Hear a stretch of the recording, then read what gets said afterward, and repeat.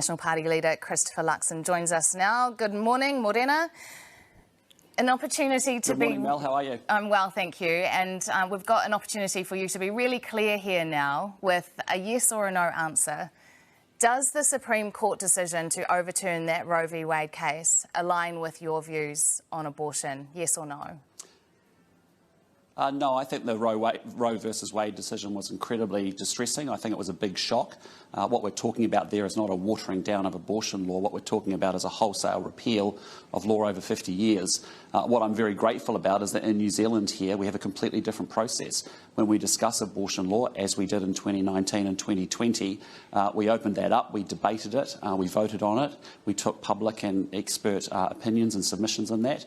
People voted and we locked that law down. That law is not changing, and I'm being very clear about that. I've been clear about that even before this issue, that under a national government, there's no relitigation, no revisiting, no changes to those laws, no change in funding to those services. I want women in New Zealand to have maximum certainty that there will be absolutely no change. And both parties have got the same position about that here in New Zealand. Clear over the last 6 months that our laws in New Zealand, our abortion laws, are settled. We had the debate, we had the discussion, we voted on them, we settled them, and they should be respected and upheld. And we're not relitigating or revisiting our abortion laws. Have you gagged your MP?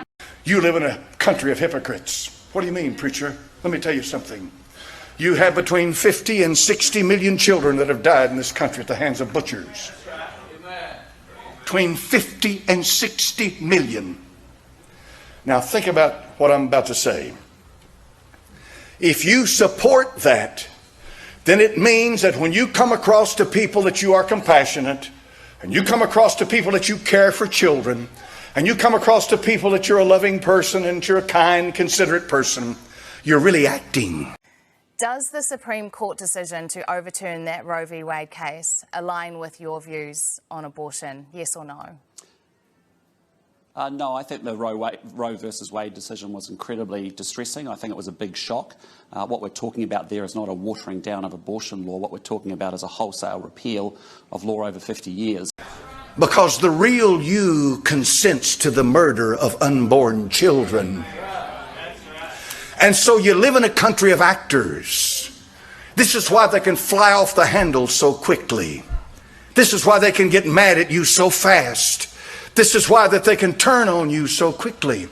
It's because that if you will kill an innocent baby in its mother's womb, and friend, this Gosnell, do you know who I'm talking about? Yeah. They would take little babies out of the womb that were kicking and screaming, alive, little babies alive, and they used the scissors for them. And they would cut the cord of the neck leading to their head. And the little things would die.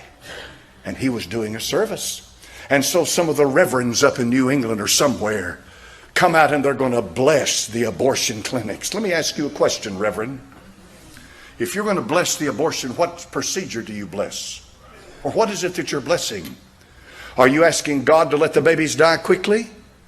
Or what are you asking God to do? You're asking him to bless them. To ask to bless is to ask God to intervene, right?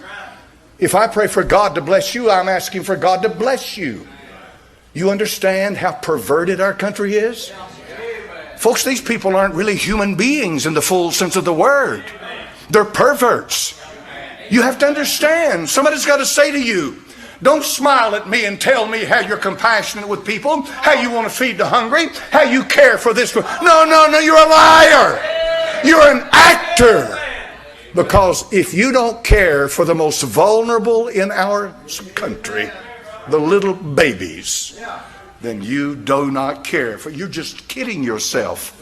You're living a delusion. That under a national government, there's no relitigation, no revisiting, no changes to those laws, no change in funding to those services. I want women in New Zealand to have maximum certainty that there will be absolutely no change. Radio TV.